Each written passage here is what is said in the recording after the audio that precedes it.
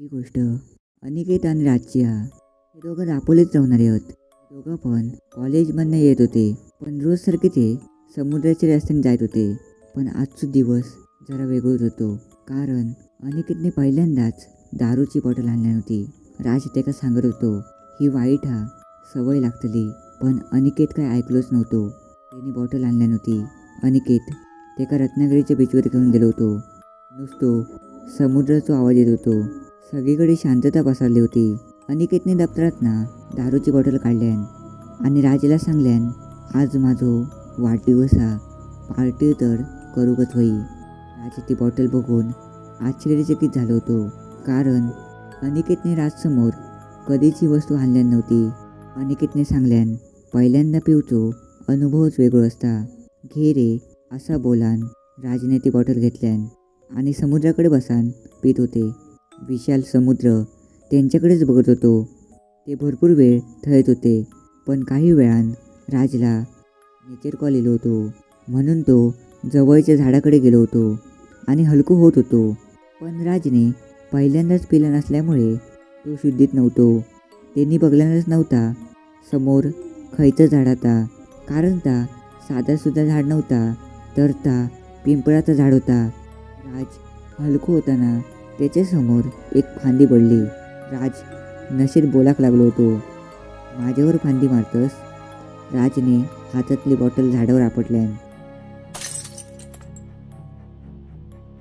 पण जशी तिने बॉटल आपटल्यान तेव्हा ते काही एक विचित्र आवाज येलो.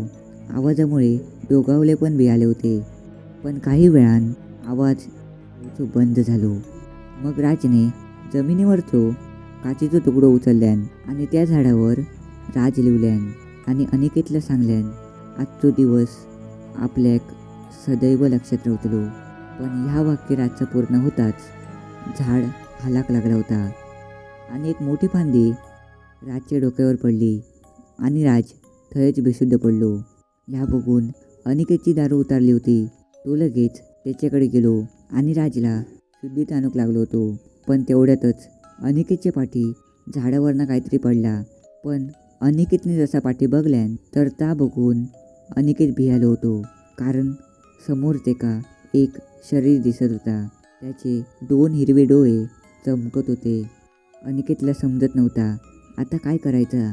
तो त्याच्यापासून लांब धावाक लागलो होतो.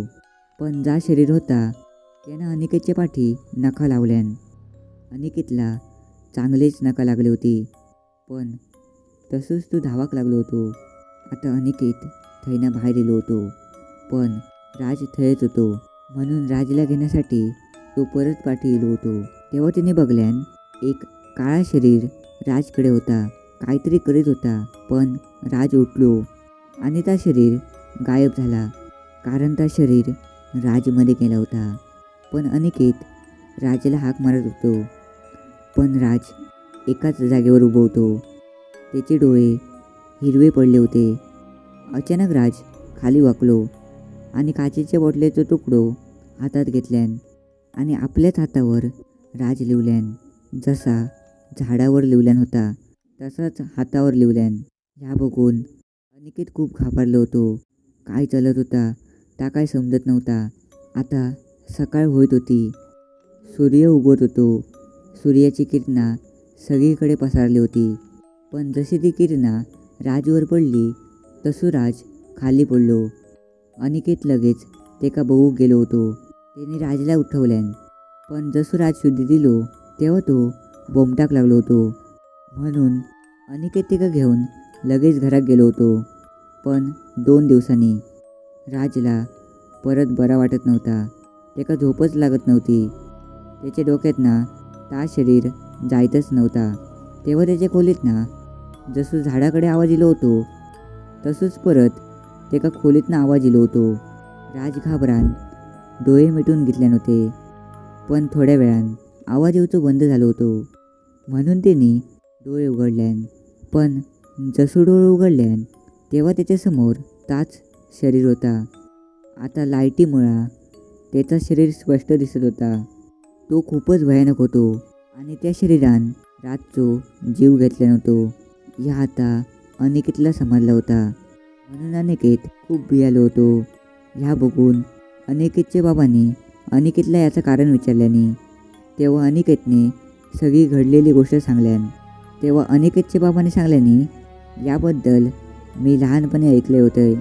तर मुंज केल्यानंतर 10 ते 14 दिवसात काही कारणाने तो मृत्यू पावलो तर त्याची आत्मा मुंजा बनता. तोच आता तुमच्या पाठी लागलो हा.